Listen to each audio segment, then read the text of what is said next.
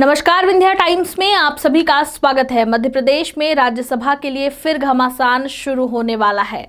इसे लेकर कांग्रेस सहमी दिखाई दे रही है। उसके पुराने अनुभव की वजह से वह हर कदम फूंक फूंक कर रख रही है। दरअसल मध्य प्रदेश में राज्यसभा की 3 सीटें जून में खाली हो जाएंगी। इन पर अभी एक सीट पर कांग्रेस तो दूसरी पर बीजेपी का कब्जा है। कांग्रेस इसलिए डरी हुई है क्योंकि साल 2020 में राज्यसभा की सीट के कारण ही उसकी सरकार खतरे में आ गई थी। बता दें, कांग्रेस पार्टी में राज्यसभा के दावेदार बहुत हैं और उन्होंने अभी से तेवर दिखाने भी शुरू कर दिए हैं। नेताओं ने दिल्ली तक दौड़ लगाना भी शुरू कर दिया है। प्रदेश कांग्रेस का दावेदारों को कहना है कि जो कुछ भी तय होगा वह आलाकमान की ही तय करेंगे। गौरतलब है कि कांग्रेस की जो सीट खाली हो रही है वह पार्टी के वरिष्ठ नेता और वरिष्ठ अधिवक्ता विवेक तन्खा की है। इसी सीट के लिए पार्टी में मारामारी हो रही है। इस राज्यसभा सीट के लिए कई नेता दिल्ली तक पहुंच बना रहे हैं।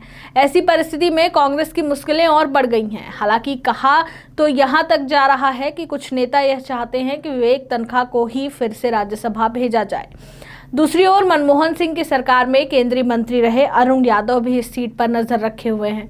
अरुण मध्य प्रदेश के अध्यक्ष भी रह चुके हैं। कुछ दिन पहले ही दिल्ली में उनकी मुलाकात सोनिया गांधी से हुई थी। बता दें, लोकसभा चुनाव में हार जाने के बाद पार्टी ने उन्हें साइडलाइन कर दिया था, लेकिन अब राज्यसभा चुनाव से पहले वह आक्रामक हो गए हैं। कई बार वे चर्चा का विषय भी बन चुके हैं।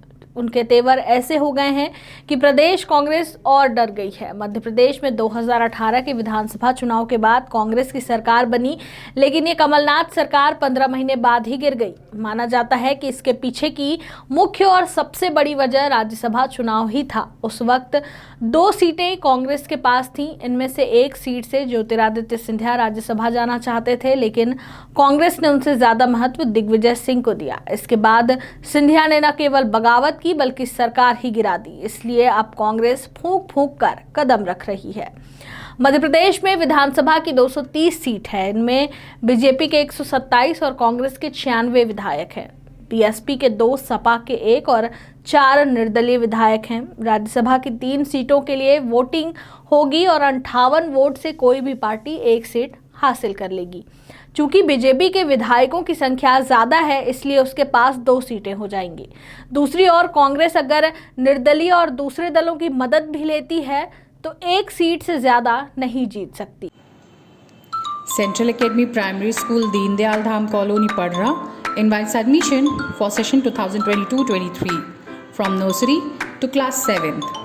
Grab the opportunity of free registration from nursery to class 1st and cashback of Rs 2,500 for first 100 students seeking admission in class 2nd to 7th.